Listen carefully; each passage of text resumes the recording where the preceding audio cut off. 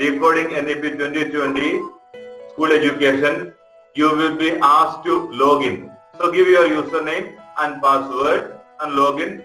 Then you will get the link. You click at the link, you will get the YouTube video available on your either on your screen or on the mobile or on the computer. Before we start, a few do's and don'ts. As we all know, I think all of us are aware, and all of you have muted your video, mic. That's a good sign that we are into this. We have been educated into this. I think in the beginning of this one, somebody had put on two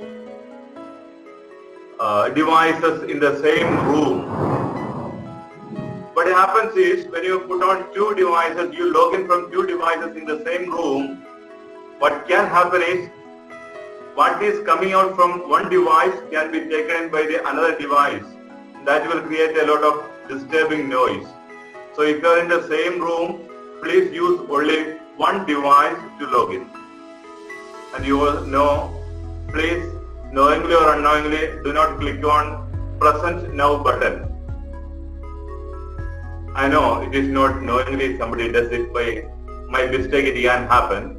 And if it constantly happens, the admin may remove you just to save inconvenience for in others, but you can log in again. There is no problem. It's not a punishment, but it is a question of creating convenience for others. So I'm sure you will understand that and you will cooperate with that. Now, this would be the last of the series. We will seriously think about having maybe one more legal aspect of NEP and how we need to be prepared, how we need to, if at all we are asked to implement, how we need to go about it. That one will be talked about, and maybe we may have a video on that one. And on the onset of this meeting, I'm sorry, there's a lot of thundering here. I wish all of you, presumably teachers, a very, very happy Teachers' Day. And thank you, Father. Welcome, welcome.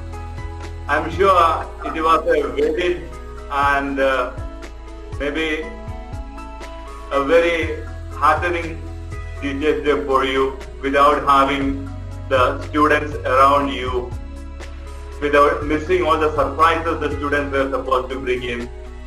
Anyway, may the good Lord reward you all. Before we start this webinar today, let us invoke the blessing of the Almighty on all of us, on our country, and also especially at this juncture where China is posing some threat to the integrity of our nation. We have threats from within, like the Ecological Act, Assessment Act, NEP, and things like that may sound very good, but then it shakes the foundation of our nation. So ask the Lord to bless all those who are in power, all those who are there to make policies for the people of this country, that the good Lord bless them. Good Lord, enlighten their minds and hearts. And at the same time, we seek His assistance on each one of us who are supposed to implement all this in our schools, that He may give us the grace to understand and also to have the wisdom to implement it in a way that is most suitable for our children. May the good God bless all of us.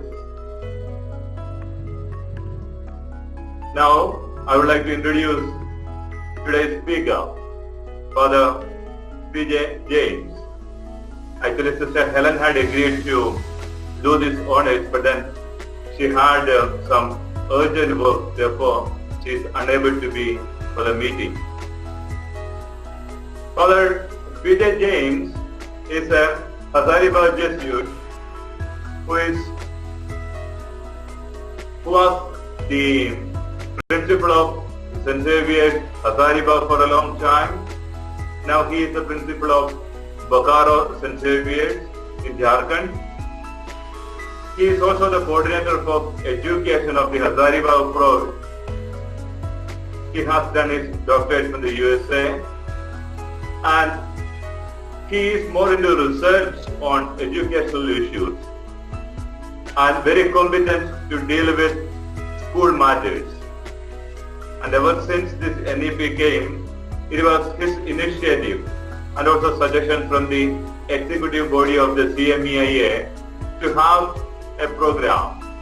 And he took upon himself the responsibility of getting Father Sunny Jacob and Father Norbert Menezes into this program so that all our schools might benefit from the NEP, whatever it could be, however it could be possible for us to implement it.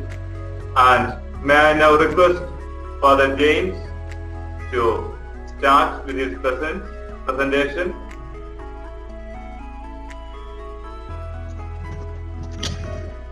Thank you, Father Shaiju, and thanks everyone who is present here. I also join in greeting everybody on this very special Teachers' Day. And the theme of today's presentation is teachers. Teachers in National Education Policy 2020. Teachers' profession and teachers' professional preparation. These are the two issues that I will be dealing with. And also I will look at some other critical issues raised by NEP 2020.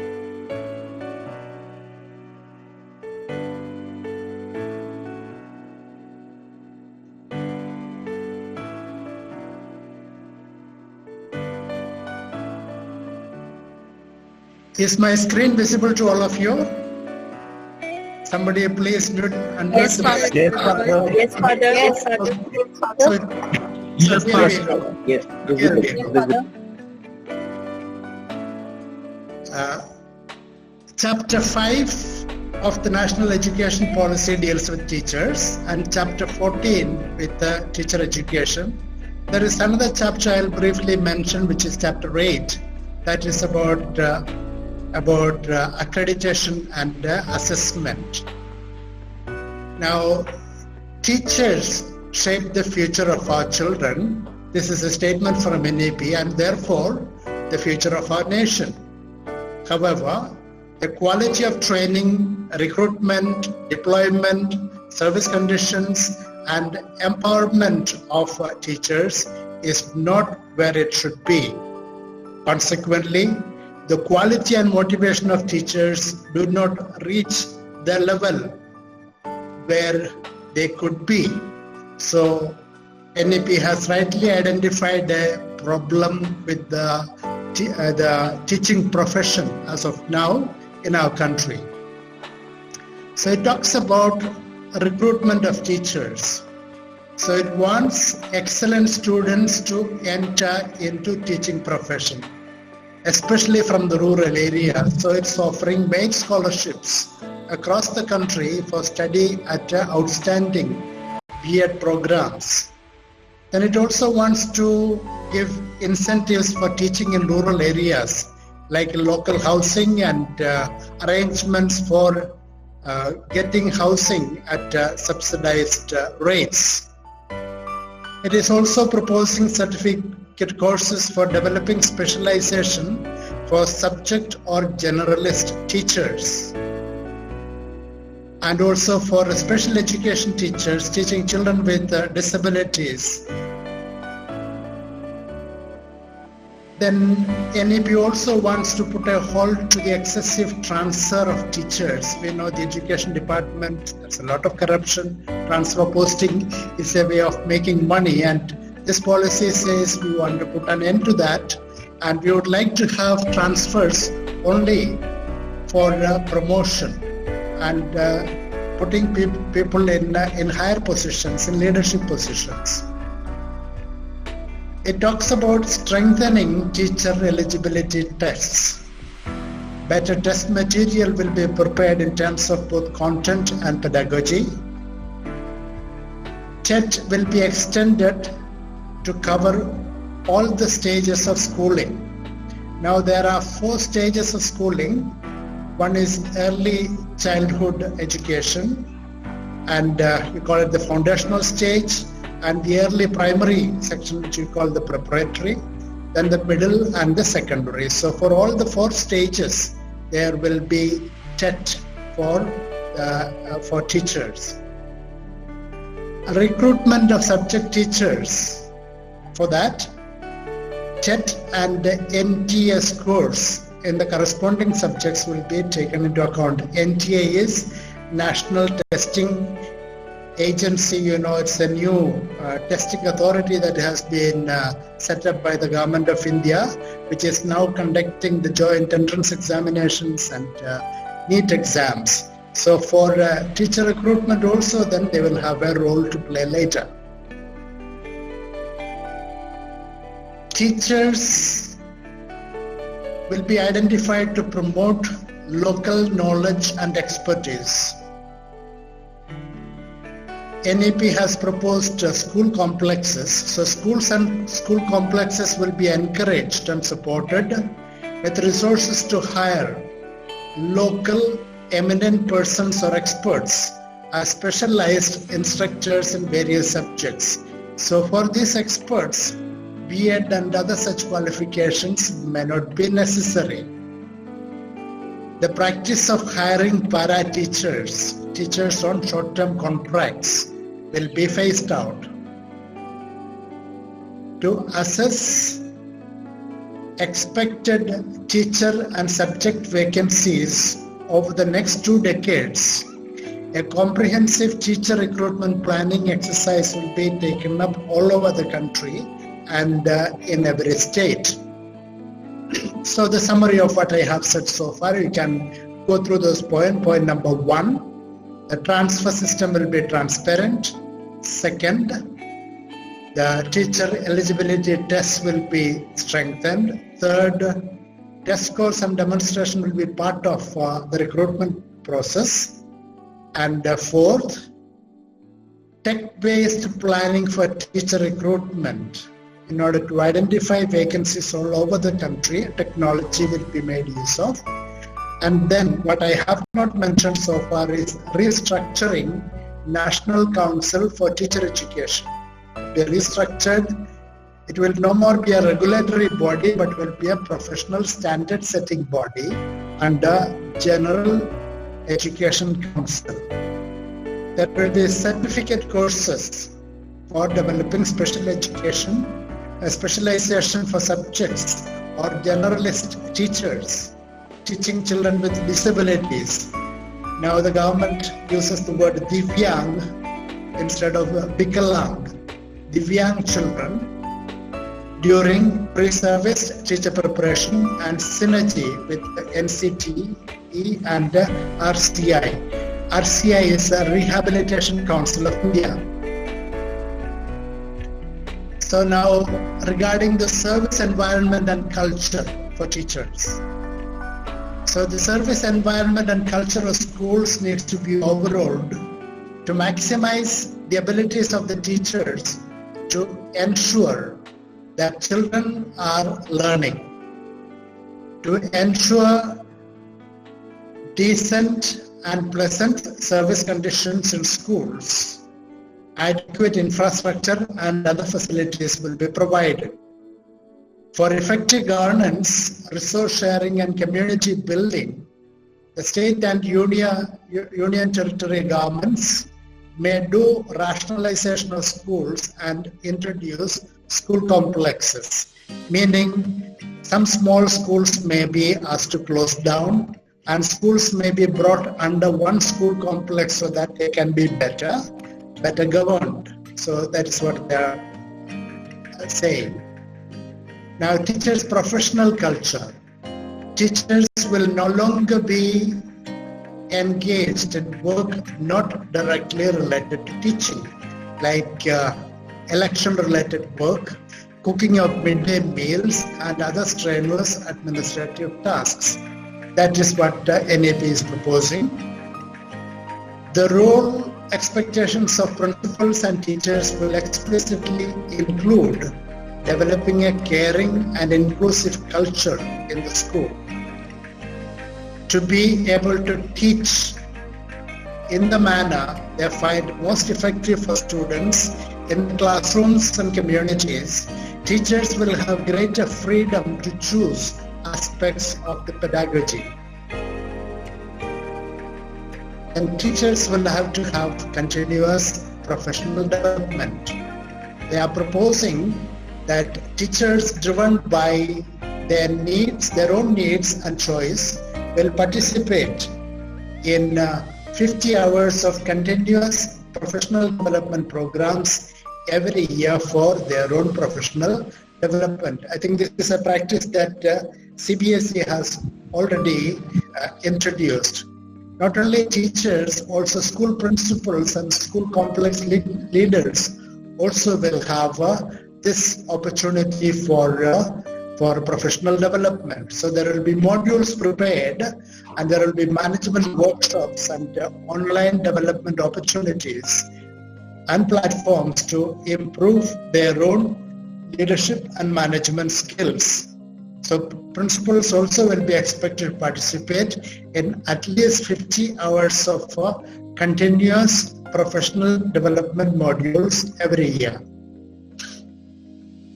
So now teachers will be associated not merely with individual schools, but also with school complexes.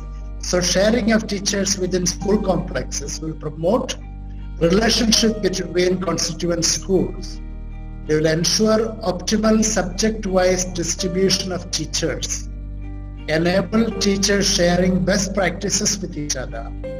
Teachers at very small schools will not remain isolated, will facilitate sharing of counselors, technical and maintenance staff, etc., and make some teachers members of school management committees or school complex management committees.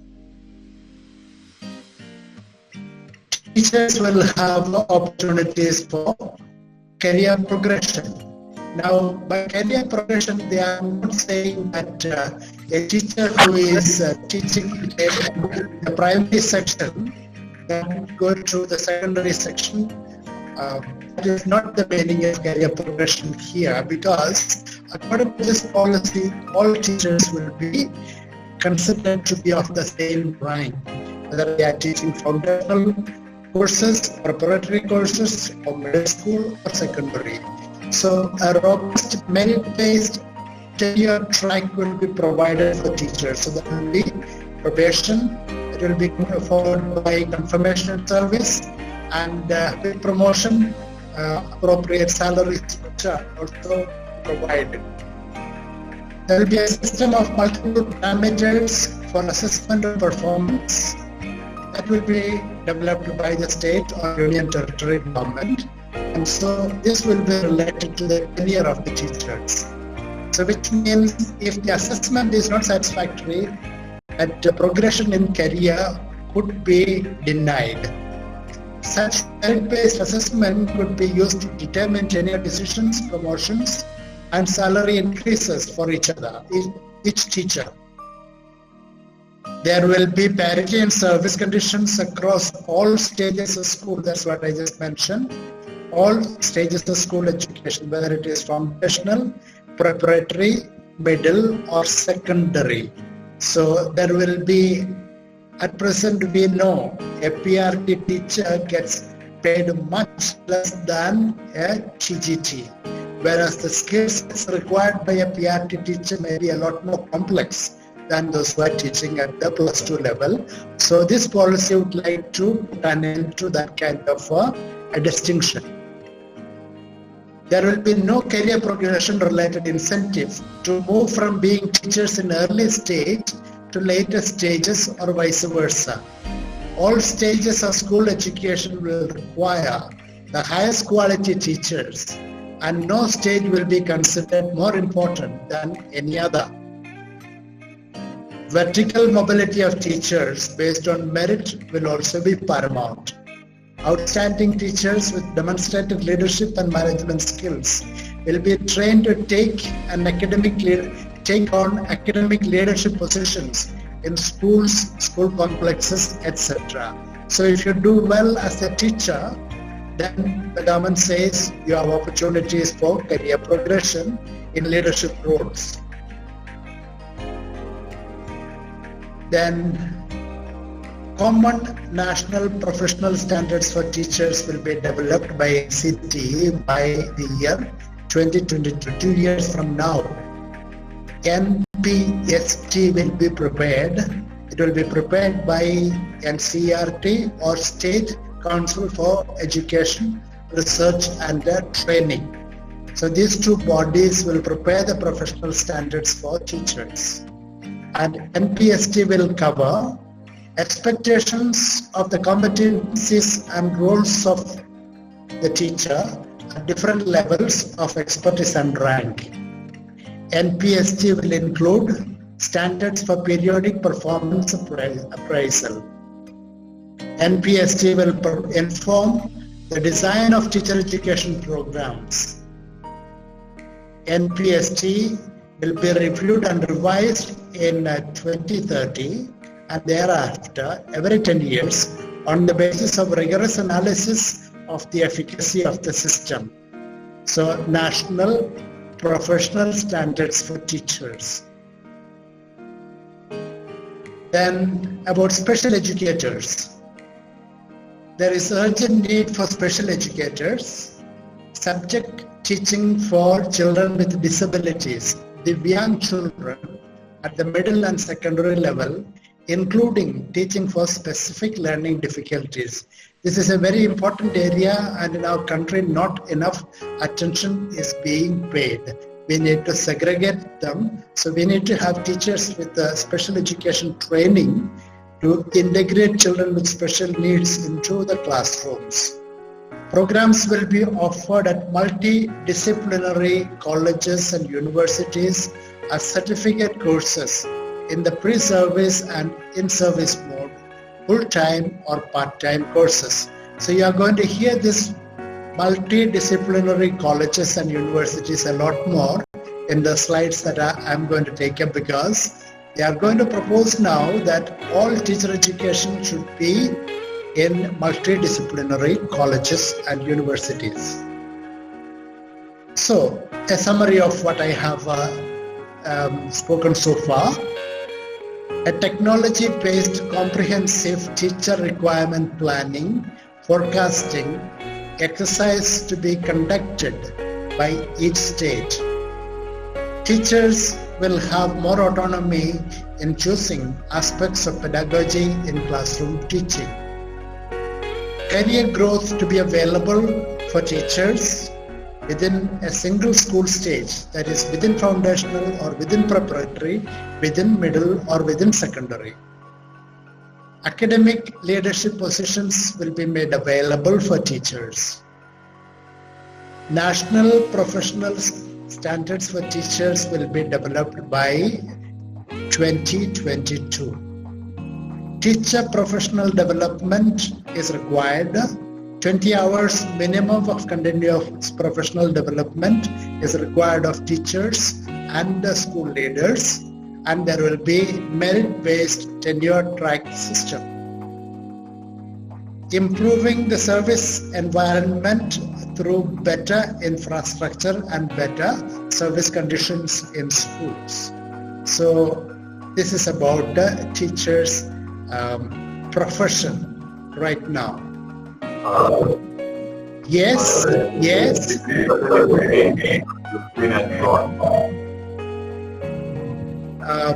let me stop presenting now.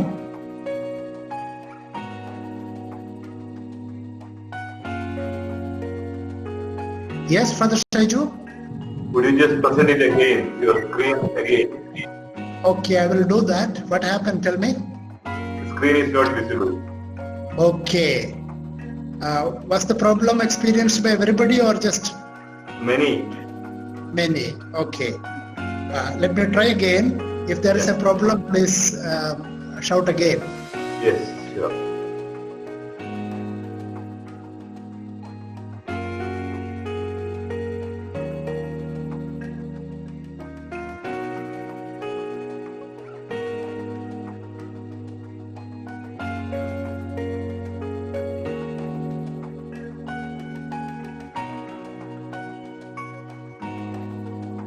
Very.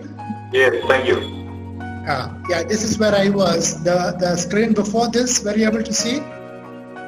The screen before this was this, empowering teachers. Yes, Father. You have seen. okay. Okay, Yeah. let me proceed here. So school leadership. Necessary facilities for initial professional preparation of these educators and their continuous professional development.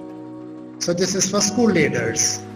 And then continuous professional development opportunities will in particular systematically cover the latest pedagogies for teachers as well as school leaders. At least 50 hours of continuous professional development for teachers based on their own interest and professional areas, and ample opportunity to get upskilled on latest pedagogy related to foundational literacy and numeracy, formative and other forms of assessment, learning outcomes and individualized attention, and learning and related pedagogies. Then this is a summary of chapter 8, standard setting and accreditation. I want to talk about it for one reason. See, at the end of school education, I think Father Norbert also mentioned this one. CBSE some time back had accreditation process. They had empaneled agencies, and they had a set of standards, and against those standards we had to upload information about the school on the school website, and so we had to do a self-review, and then we had to have an external team and coming and doing the review of the school. That was the process, and I think some of our schools also have employed other agencies like Adhyan for this accreditation. And so this they want to do across the country for all the schools. So standard setting and accreditation. So setting up state school standards authority. So that will be the first step. There will be school standards authority of each state. And then schools will need to self-disclose all the basic regulatory information of all the schools at this SSA website. SSA and the school website, to ensure all schools follow certain minimal professional and quality standards. In Adhyan, they talk about what a good school looks like, and on various parameters they have identified the meaning of good, and against that we had to give rating, both by an internal team as well as an external team. So this is something that is going to come in a large scale for all schools according to NEP. And this has to be done public and private schools. Now there are only two categories of schools according to NEP. One is public and the other is private. Public means government schools. Now from the government schools they are trying to exclude Kendriya Vidyalayas, Navodaya Vidyalayas and so all that. So they say public and private schools except central government schools will be assessed and accredited on common minimum criteria according to NEP. Then they talk about private or philanthropic schools to be encouraged and enabled to play a beneficial role. Now, they would like to talk about philanthropic schools rather than private schools. Philanthropy means not-for-profit schools, or they have also used another expression, public-spirited private schools. Means private schools which will have public interest at most in their goal set. So now these are the kind of categories that we need to become familiar with, also to respond to inquiries and other informations that will be asked for. Development of school quality assessment and accreditation framework will be done by both SCERT and NCERT, and there will be periodic checkup of the overall health of education based on national achievement surveys. These days also there are national achievement surveys, and we know the outcome of those national achievement surveys are actually very, very pathetic. You know, children in standard 5 cannot read at the level of standard 2 and all that. Almost 45% of our children cannot in government schools, and in private schools also the rate is rather high. So then they want to continue doing this kind of assessments. Now, if you have any questions, we can take up later. Let me go through the presentation. Now I want to go to approach to teacher education. By 2021 end, the NCFTE, that is National Curriculum Framework for Teacher Education, will be prepared. It was prepared first in 2009. That will be revisited and updated, and so you will have a new NCFTE 2021. And that will take into account this new education policy and the curriculum framework which is being prepared right now. It will be made available in regional languages also. This curriculum framework for teacher education will be revised and adapted every 5 years by reflecting the changes in the revised national curriculum frameworks and emerging needs in teacher education. And this is the shocker. All standalone teacher education institutions across the country will be shut down as soon as possible. Somewhere I have seen the date 2030, but probably even before that it may happen. So no B.Ed colleges alone, no colleges giving DLED or B.Ed alone. So the colleges will be multidisciplinary colleges. So the colleges of education will cease to exist as standalone colleges of education. So the minimum qualification for teaching will be 4-year integrated B.Ed degree. This course will provide knowledge of content and pedagogy, and also it will include practicum, that is practical training, that is student teaching at local schools. So any teacher to be appointed after 2030 should have this qualification, or there are other alternatives like a 2-year B.Ed program or even a 1-year B.Ed program. So who will do 2-year B.Ed programs? 2-year B.Ed programs will be also offered by multidisciplinary institutions offering the 4-year integrated B.Ed, which means not standalone colleges, but these degree colleges where 4-year B.Ed courses are running, they alone can provide this 2-year B.Ed program or even 1-year B.Ed program.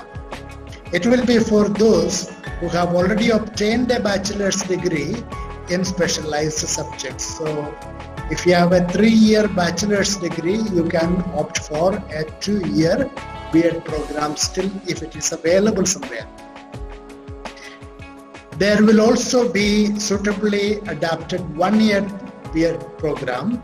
It will be offered to those who have completed the equivalent of 4-year multidisciplinary bachelor's degree or who have obtained master's degree in a specialty and wish to specialize and wish to become a teacher in that specialty. So then, to be eligible to do 1-year B.Ed program, a candidate should have completed 4 years multidisciplinary bachelor's degree or should have completed a master's degree in a special subject. Then this teacher can get licensed to teach that subject after doing 1-year B.Ed program. B.Ed programs will include training in time-tested as well as most recent techniques in pedagogy, including pedagogy with respect to foundational literacy and numeracy, multi-level teaching and evaluation, teaching children with disabilities, use of education technology, learner-centered and collaborative learning. So it is talking about a lot of modern pedagogy that teachers need to master, like mastering technology, learner-centered teaching and collaborative learning. These are skills that teachers need to develop during the course of their teacher education. B.Ed programs will emphasize inclusion of fundamental duties. I have marked it in red, fundamental duties. That is Article 51A of the Constitution. By the way, Article 51A was something that was inserted during the emergency by the government of Mrs. Indira Gandhi. And you know that government was an authoritarian government, and these fundamental duties are something that the authoritarian governments would like to emphasize. So shorter post-B.Ed certification courses will also be made widely available at multidisciplinary colleges and universities to teachers who may wish to move to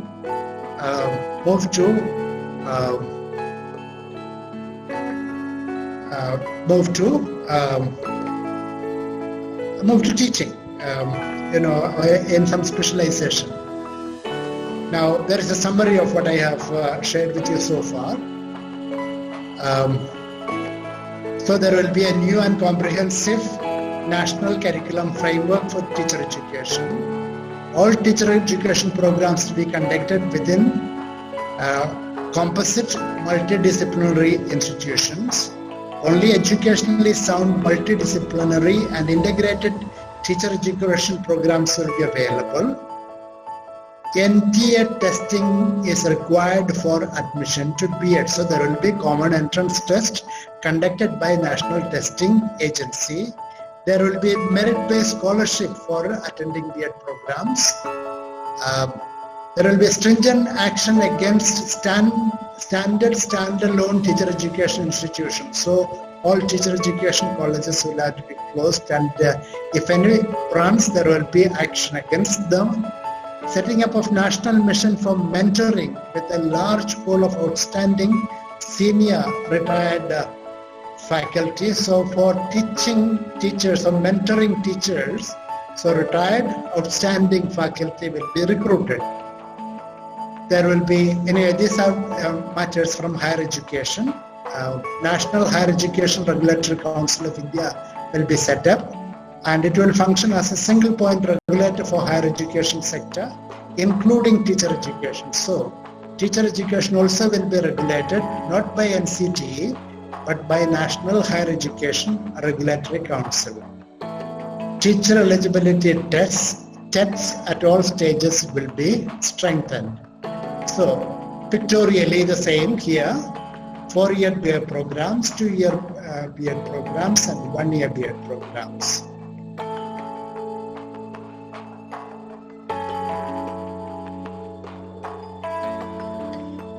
So shorter local teacher education programs to be available in this block level or district level training centers or at school complexes for eminent local persons who can be hired to teach at schools as a master instructor for promoting local professions local knowledge and skills like local art, music, agriculture, business, sports, carpentry, and other vocational arts. Remember, NEP has proposed vocational training from the middle school level, and that is why they are looking for short-term local teacher education programs conducted at block and district levels. So teacher education will be moved by 2030 into multidisciplinary colleges and universities. So, and these colleges and universities will also provide open distance mode of teaching the students in remote areas. So then this is the timeline for the implementation of the new education policy. So this ECCE, Early Childhood Care and Education, they want to start immediately initiating implementation of 1 year pre-primary school and 3-month preparatory module for class 1 students.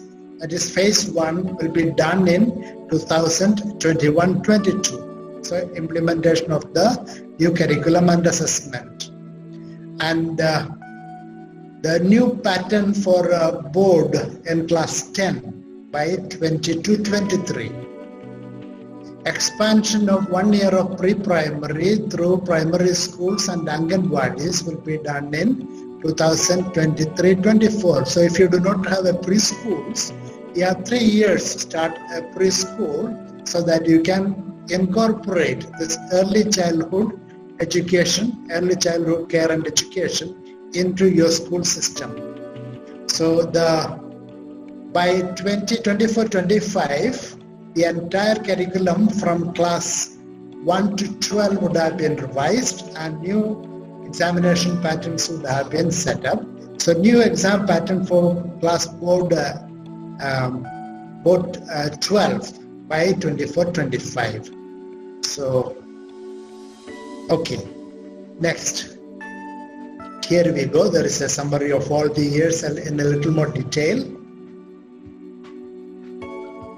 So I will not read it out because it is too elaborate.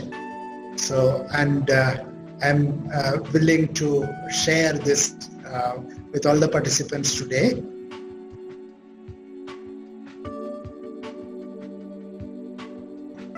Okay. So it's 3:45 now. I would like to look at many of these proposals, not only about teachers and teacher education, but also about the education policy in general as it pertains to school education. So I will go through this, and I must very gratefully acknowledge the contribution of Father Norbert Menezes. Father Norbert Menezes has been reflecting very deeply on the education policy, and he has been sharing his reflections with many of us.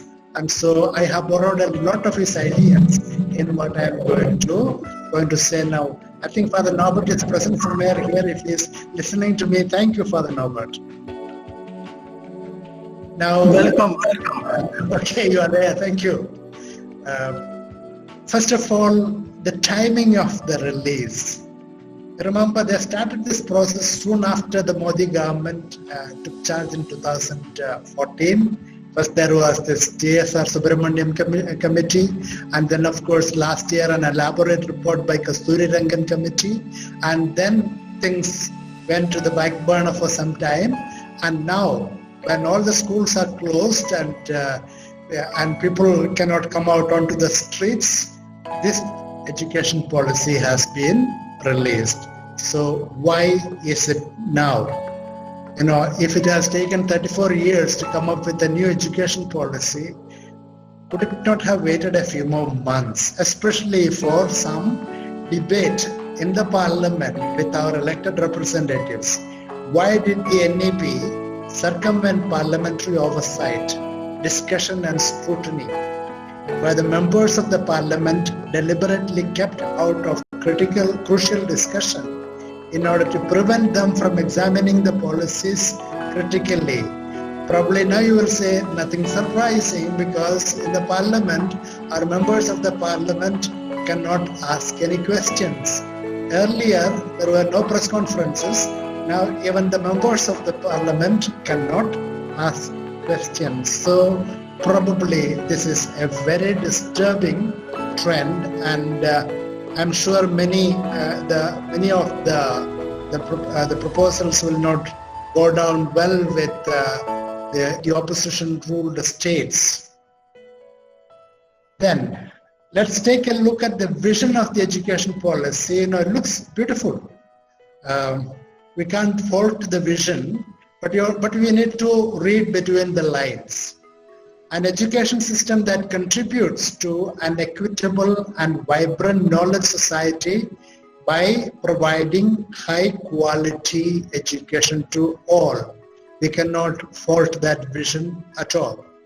And this is that all of us would support. Second,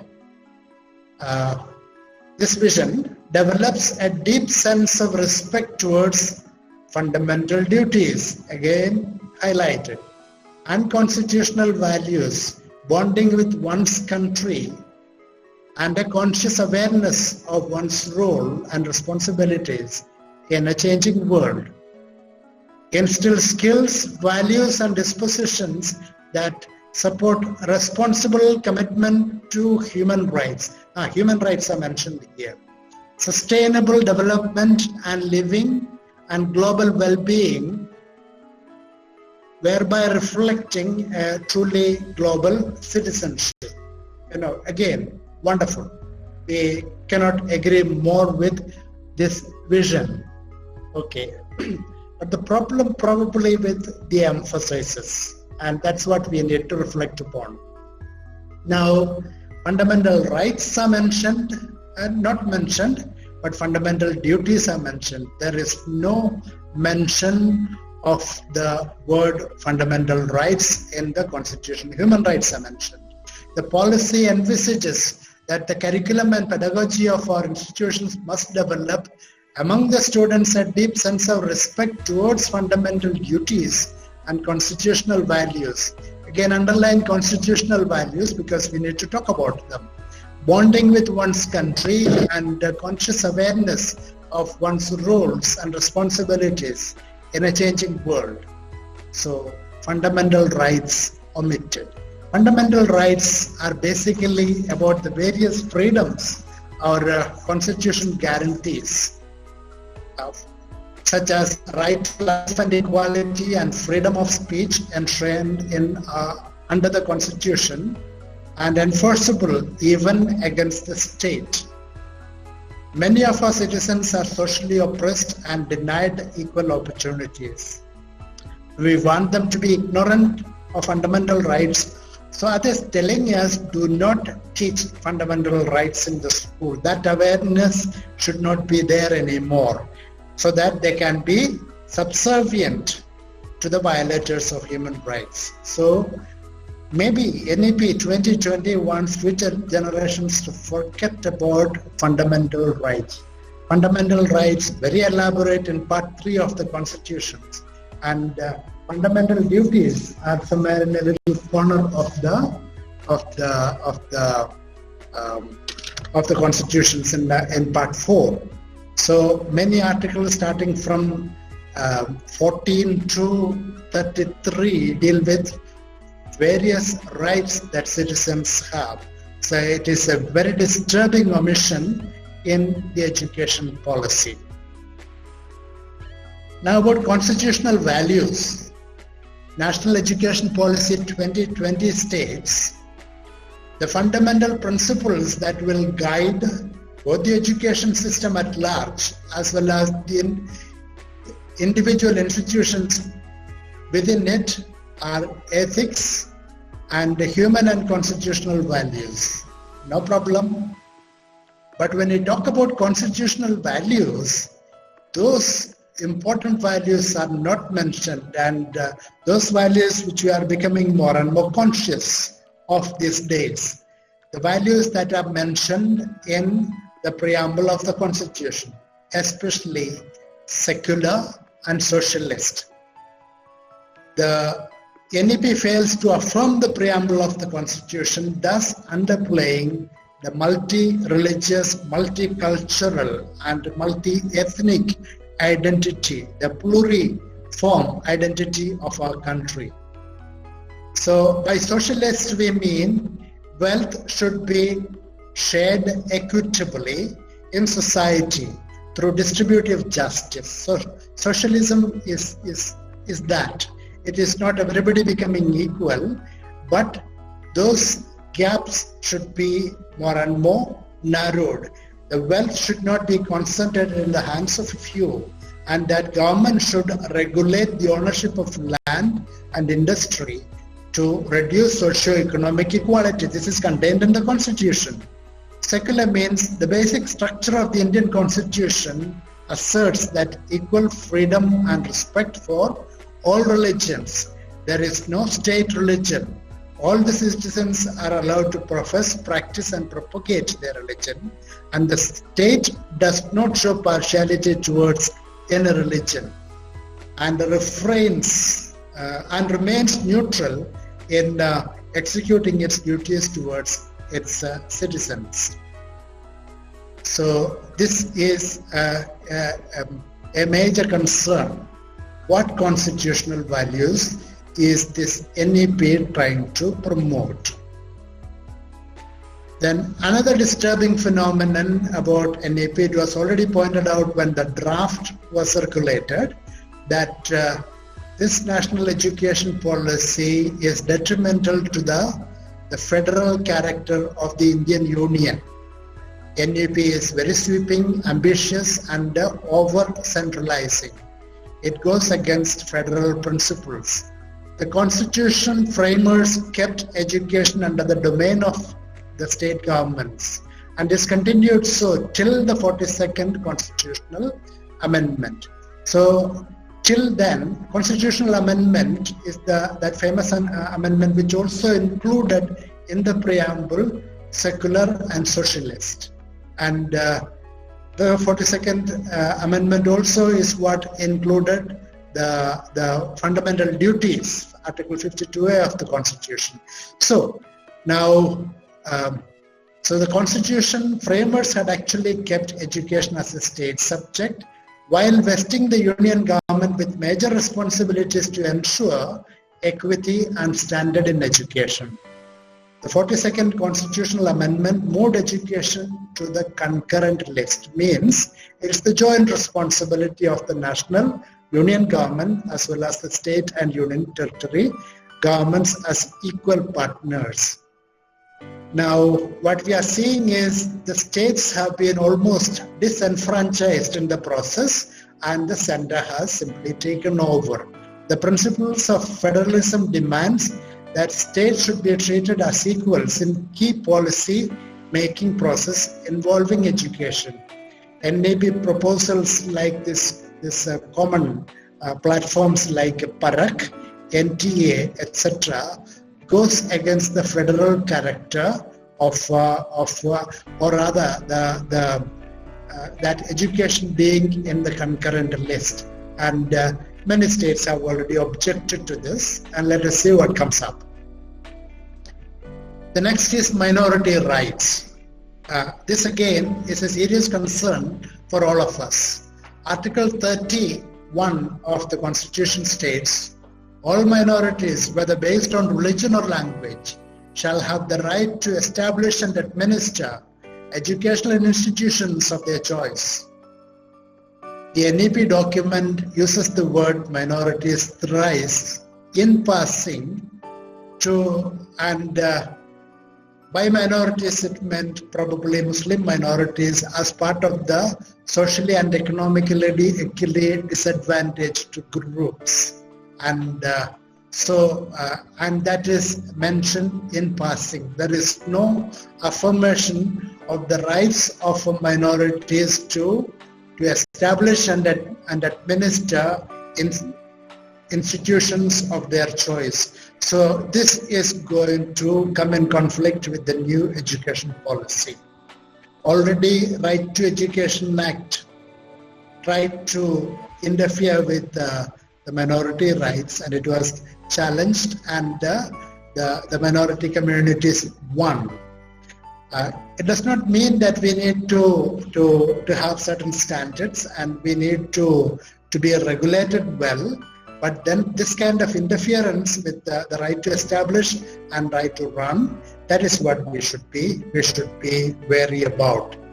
NEP seeks collaboration of all to make our country a knowledge hub. Now, but it has not recognized the contribution of religious minorities. You know that Muslim minorities run a lot of institutions. Muslim Education Society in Kerala, they are very famous for running so many good institutions, and there are so many institutions run by the Muslim community. And we, the Catholic minority community, the Catholic Church, runs about 30,000 institutions all over the country.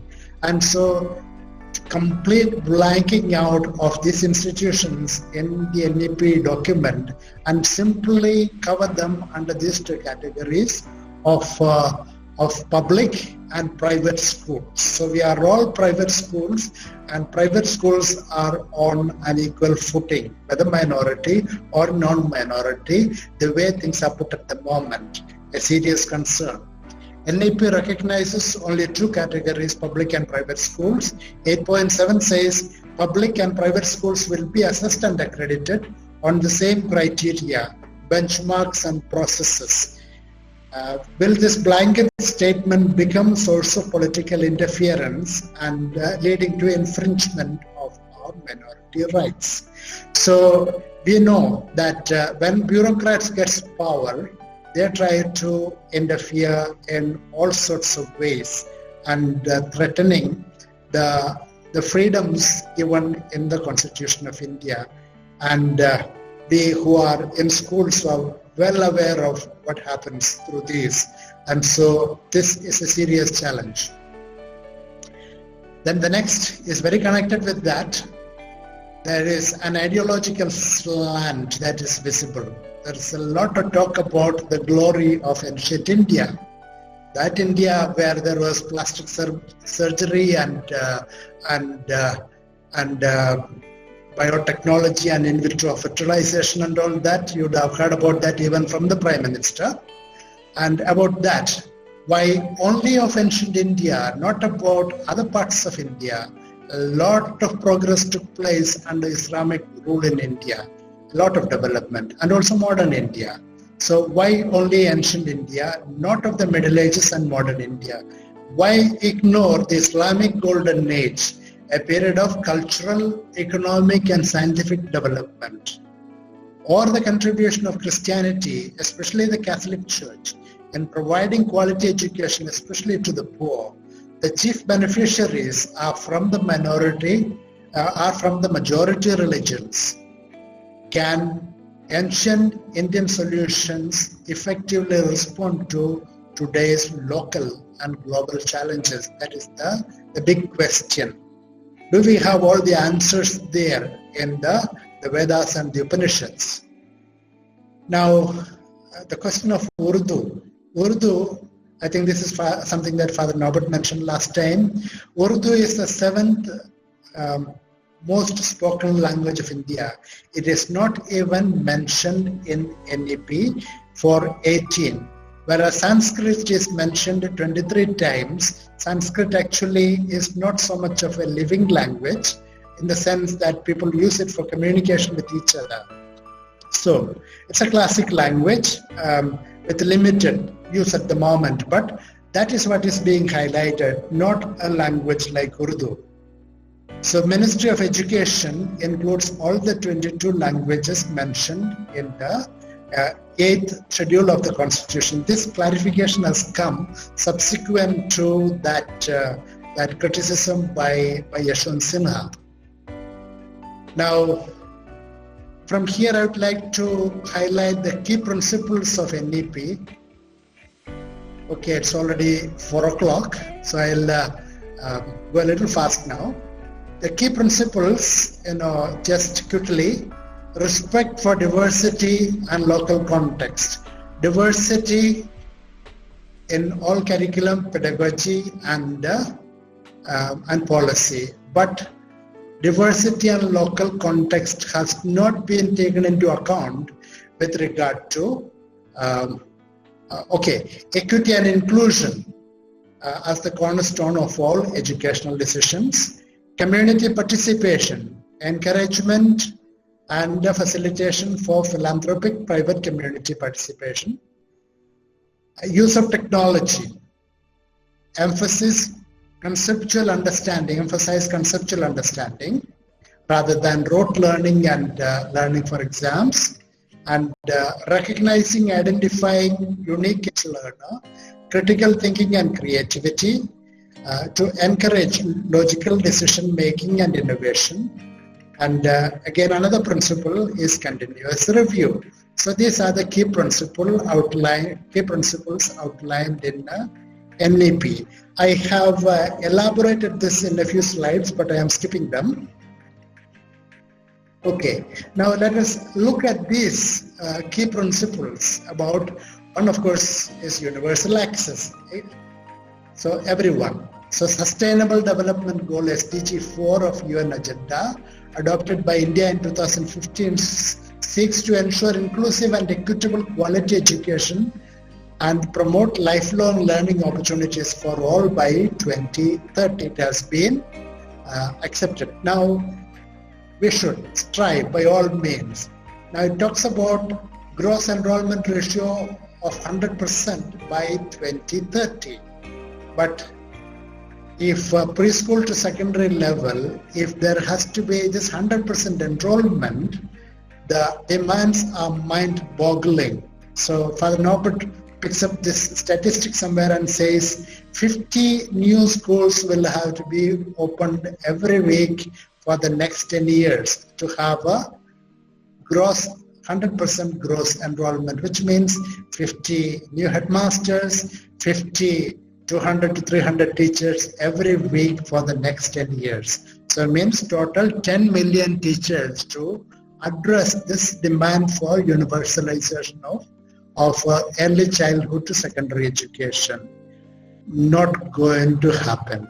Why? Why not? Because we can't afford it. Where do we get these teachers? Many teaching positions are already left unfilled, and there are no funds to pay salaries, state or center. The economy is in bad shape, even before the pandemic, and it has been battered by lockdowns. And so the government tax collection is abysmally low. The center is not paying the state. So is this going to work out? That is a huge question. Then, the Kasturi Rangan Committee had said free and compulsory quality pre-primary education for all 3 to 6 years old to be an integral part of the RTE Act. Basically, he was talking about expanding the scope of Right to Education Act to cover from age 3 to age 18, from early childhood to secondary level. But this policy is completely silent on that. But this early childhood care and education is a rehash of the Integrated Child Development Services launched in 1975 linked to Anganwadi centers. Now, right to education. According to Article 21A of the Constitution, education is a fundamental right for children from 6 to 14 years of age. That is right to education. So it is the obligation of the state government to ensure admission, attendance and completion of good quality education, ensure children belonging to disadvantaged groups are not discriminated against or prevented from pursuing and completing elementary education on any grounds. But NEP has no explicit mention of right to education. So then the question is, how committed is this policy with regard to universalization of education from pre-primary to secondary level? Now, NEP very ideally talks about there should be no separation between extracurricular and curricular, arts, humanities, commerce, sciences, vocational and academic streams. Very nice. It's an ideal. But will it be possible? Is it possible to bring about change in the mindset of parents? We deal with that day after day, the mindset of the parents, teachers and students. Entrance exams and how they go after the science stream now will this kind of an approach compromise on the depth and rigor of particular subjects? Will it facilitate good academic foundation for quality research in higher education as envisaged by NEP? So this separation, this kind of watering down is a real possibility when the options for studying certain subjects at depth is not provided. So by 2025, at least 50% of learners in schools and higher education shall have exposure to vocational education. Now, only 50%. What happens to the other 50%? Will the introduction of vocational education at an early age become a barrier to having access to higher education for learners from disadvantaged backgrounds, or are all those from disadvantaged backgrounds going to be relegated to vocational education and low-skilled jobs at an early age already by middle school? The danger is real, and we have example of the West, industrial revolution and the education that followed in the West. Now, about curriculum, pedagogy and critical thinking. A lot of nice things are said, and we very gladly should endorse all that, but possible? That is a question. Critical thinking rather than rote learning will guide curriculum design. Content will be reduced to essentials to make space for critical thinking and holistic inquiry, discovery, discussion and analysis-based learning using the higher order thinking skills.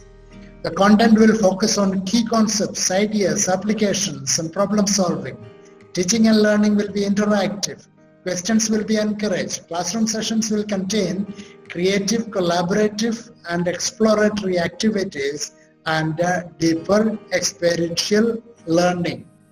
Do they really know what it involved in the classroom with regard to teacher competencies and the kind of resources to be provided? Critical thinking, important. Being able to examine an issue by breaking it down and evaluating it in a conscious manner, providing arguments and evidence to support the evaluation. Critical thinking will not develop if we do not encourage different perspectives, analyze incidents of human rights violations, hate speeches and intolerance. These skills are developed by analyzing our current social structures. If these are not brought into our social sciences study of history, then how do we develop critical thinking? Will the teachers be trained to conduct this process? Especially when we look at the appalling condition of the rural government schools, do you think that these processes are going to develop in the near future? What will the government do? Are they really sincere about critical thinking? If so, then what they are doing at the moment is completely negates what they are saying in this part of the policy. Then about testing and assessment. NEP acknowledges some weaknesses in the existing system and offers remedial measures. It recommends testing core competencies to reduce academic pressure and craze for coaching classes, reform of board exams, redesign of progress cards. They talk about this 360-degree evaluation to track progress at multiple stages and facilitate early course correction. So it introduces standardized assessment in grades 3, 5 and 8 before the board exams in 8 and 10. So the formation of 2 new agencies for that is one is PARAC performance assessment review analysis of knowledge for holistic development, and the other is the national testing agencies. So what's the danger? Danger of over-centralization, potential of over-testing children at the state and national level, and again a policy of one-size-fits-all approach in a vast and diverse country. Think of our villages. Think of villages where children do not even speak the regional language. What will all this mean? Multiple state national assessments may negate the intention to reduce exam stress and coaching culture. Funding is linked to performance of states, and it will lead the lower achieving states to be funding strapped, which will result in a further deterioration of their condition. The emphasis on national assessment may force teachers and schools to simply teach for the test. Just like they do for this NEET and joint entrance exams, engineering entrance exams. They teach for the test, not holistic development. So leaving aside holistic learning objectives envisioned in the policy. So, okay, then the Prime Minister himself said that NEP is built on 3 pillars of access, equity, quality, affordability, and accountability. NEP proposes learning involving both formal and non-formal education modes. NIOS and state open schools will also offer this tests, courses at grade 3, grade 5, and grade 8 levels. And right to education, so this is against the Right to Education Act, which actually demands that students should have access to a school, a physical school. So poor quality will encourage dropouts, perpetuating social discrimination and preventing social mobility of rural students. So this is a real danger if NEP does not take care of access, equity, and quality to our rural children in our tribal villages, in our Dalit villages. It's a very real possibility. Is the government abdicating its responsibility to build schools and provide quality infrastructure and sort of passing these things over to NIOS and other agencies? NEP focuses on economic backwardness, not on social oppression. Again, this is another agenda of the present government. Economic backwardness is something that they would like to highlight, not the backwardness of communities and social oppression. But social oppression is something, a reality. It's a denial of opportunities, discrimination. NEP hardly mentions caste or reservation in academic institutions, be it for students, teachers, or for other employees. This will have serious implications for the majority of those under socially and economically disadvantaged groups. Building a humane society is not based on economic development of a few, rather by ensuring equal opportunity and human dignity for all. Removal of caste oppression is a necessary condition for making India a knowledge hub. So then, the other thing is something that we experience now, the digital divide. NEP would like to promote digital learning, online classes and training as the way forward in education. It also mentions that textbooks should be available in regional languages, no quarrel with that, mother tongues, no quarrel with that, but also downloadable and printable. Who will download? Using what? Those without computer or internet facilities. The digital have-nots are at risk of being left out, as it is evident just now. What percentage of students are actually having access to lessons these days, either online or offline? Will the government build stronger infrastructure to provide uninterrupted internet connection and devices to rural students? Will there be technically trained, competent teachers in rural areas? Does the government have a policy so that online education will not become an operational nightmare? So that's all. I heard Father Shaiju making some noises. I thought I should stop here. That's all from me. Yeah, okay, I will share this this presentation. If anybody is interested, we can take it from either me or from Father Shaiju. I am speaking from KM Joseph here. Yes, Father. You see, the central schools that are controlled by the central government are left out.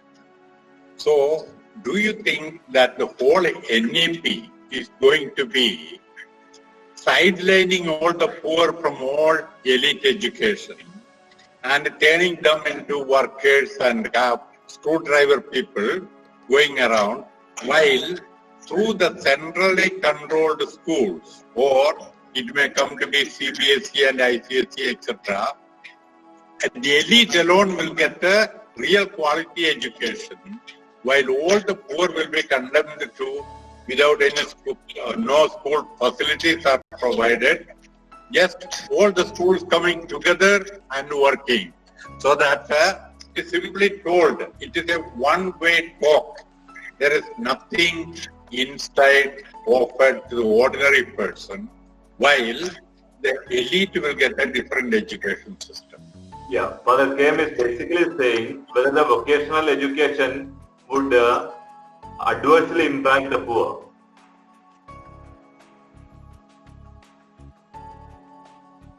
I cannot agree more with Father KM. We see the patterns, and these are some of the issues that I have mentioned towards the end. I was a little fast with that because the presentation was a bit too long. So the danger is real, and I think we are going to see greater inequality resulting from implementation of a policy like this. Can I just add? Yes, Father Norbert? See, the very fact of multiple options at 3, 5, 8 and 12 itself trying to put students out. So what is going to happen in the education policy? All our rural areas will give up by 3rd class or 5th class. And in one way, it is in one sense coming back to the Manuvadi of having class in our society. So from that sense, all this thing about activity oriented, all that will, and even ECCE, all that will take place in urban schools or central schools, but it is impossible because there is no infrastructure or support system in our rural areas. So my real concern is all those who are listening to this talk today should make it a point as a commitment that we reach out to all our tribals and rural areas. If the government does not provide all this facility, we'll have to ask the government. That's why it is not coming under RTE. And so, but we should all walk an extra mile to ensure that our people don't lose this battle and are not, they're not deprived of future social mobility and better job opportunities. Thank you.